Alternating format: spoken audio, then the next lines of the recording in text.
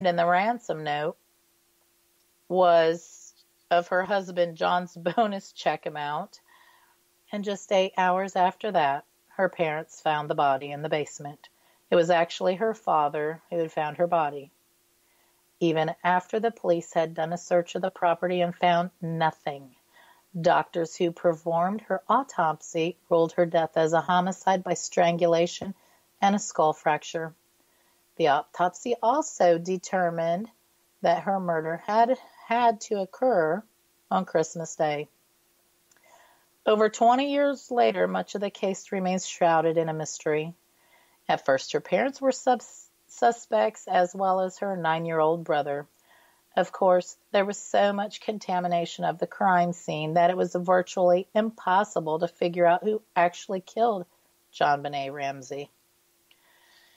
However, the house had been put up for sale over and over and over again, and I think it's back up for sale currently. But as you can imagine, it has piqued the interest of paranormal investigators. A couple of years back, there was a paranormal investigative team that did visit the location, the house where JonBenét Ramsey was murdered in Boulder, Colorado. There is a snapshot floating around, and I have seen pictures of this snapshot, and it is believed to be the spirit of JonBenét Ramsey. However, I don't know if it is in fact a valid, true photograph, because of course, I have no way of knowing that since I don't have access to the original file. But they say it is true. So until we figure out different, she appears really lightly colored in the photo, just like you would expect a ghost to look. There has also been EVP sessions where the investigators obtained the voice of a little girl, even captured her laughter. And I think those sessions can also be found on YouTube, so if anybody would want to listen to them, they do believe that is the voice of JonBenét Ramsey. I myself would actually be interested in visiting the Boulder, Colorado home to conduct some research myself. They say that they have got on different pieces of equipment several EVPs that they believe is her. So I would venture to say maybe they should be asking questions if she knew who her killer was, or because her family was suspect for such a long time, and there for a while they thought her brother Burke did it, who was only 9 years old at the time. And of course her mother now is dead, but for a long time the family was suspect. They've had missing evidence, contaminated evidence, and the evidence they do have now on the case is inconclusive because they found that it had so many mixtures on it, so obviously it wasn't processed correctly,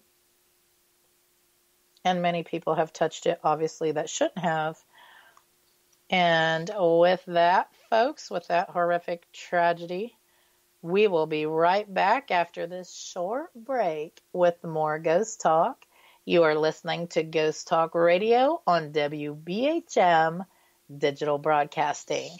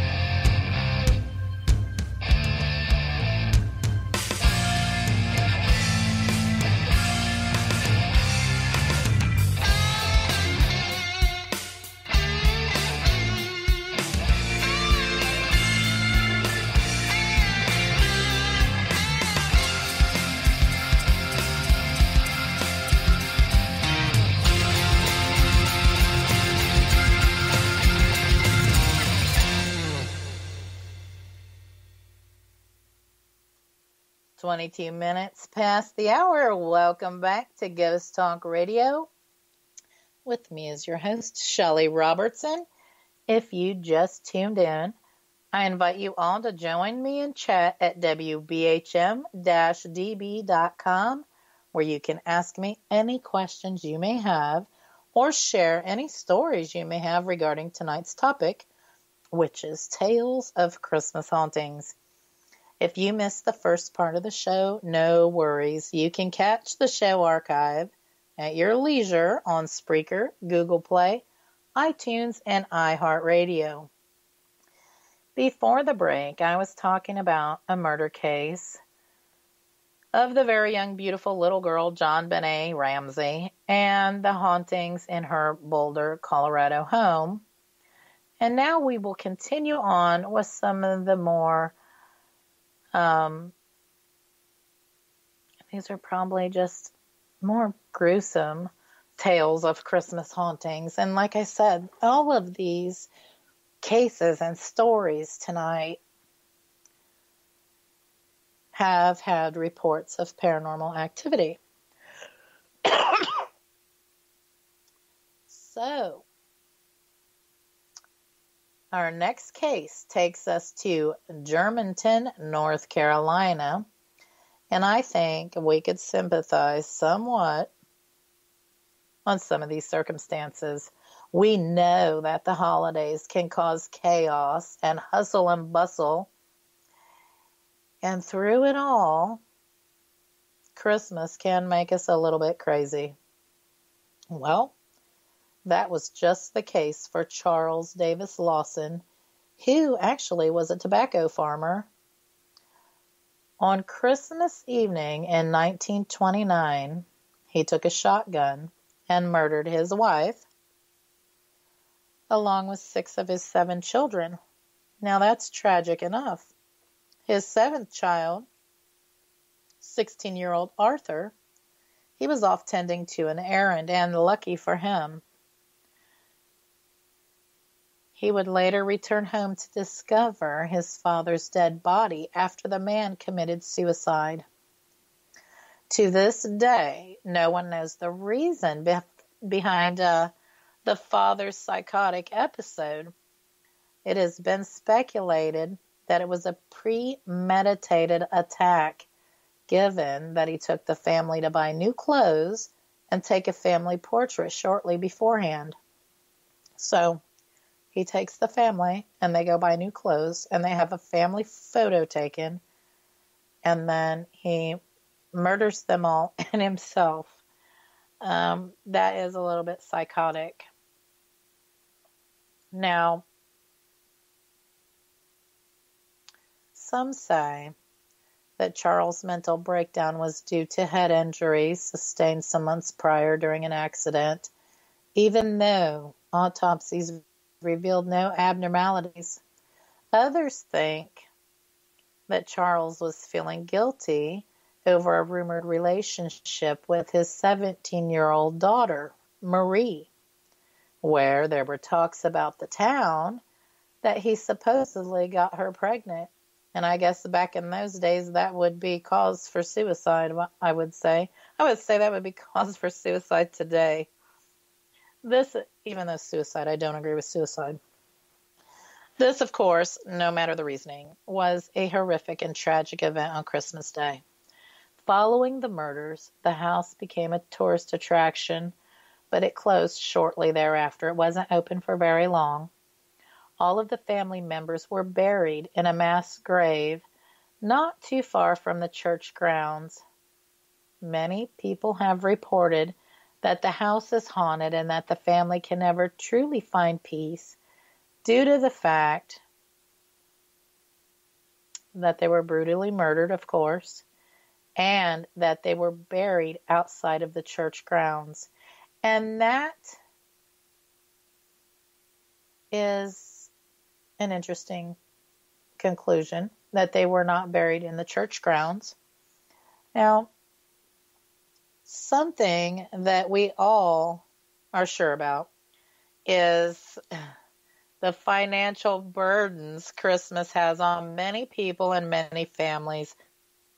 especially in times of poor economy, low-paying jobs, or even lack of jobs altogether. While this next case comes from Grapevine, Texas, and is a tragic story of a man named Aziz and his family murders that happened on Christmas Day in 2011. Aziz and his wife were having financial trouble, supposedly. And basically, when he lost his job, the family got into financial hardships and they filed for bankruptcy. Eventually, the couple got divorced. And this most tragic story unfolds basically because Aziz's ex-wife, who was now living in an apartment with their 3 children, she had a huge Christmas Eve party with many friends and family, and of course, she did not invite Aziz over to the party. So the next day, Aziz showed up at her apartment dressed in a Santa suit.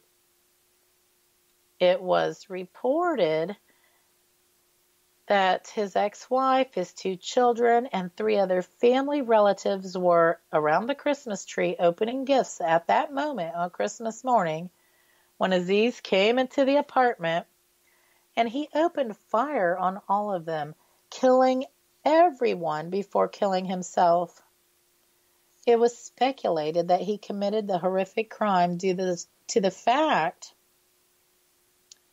that he was jealous that his ex-wife was doing much better financially than he was, and of course, that she left him and she was moving on, and it was rumored she'd started to see someone else. There were even text messages sent out by some of the family members who were there Christmas morning prior to their murder, stating that Aziz showed up for Christmas trying to be Father of the Year in a Santa suit. And it was like minutes after some of those text messages went out that they were all shot and killed. It has been reported at the apartment that there have been strange noises, screams, and even gunshots have been heard in the vicinity of the murders, which is horrific. This next case, it takes us to Covina, California.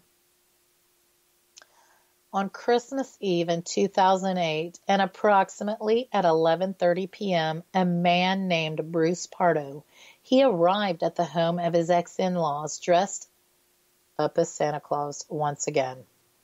Under one arm, he held a large gift wrap package, and in the other hand, he held a 9mm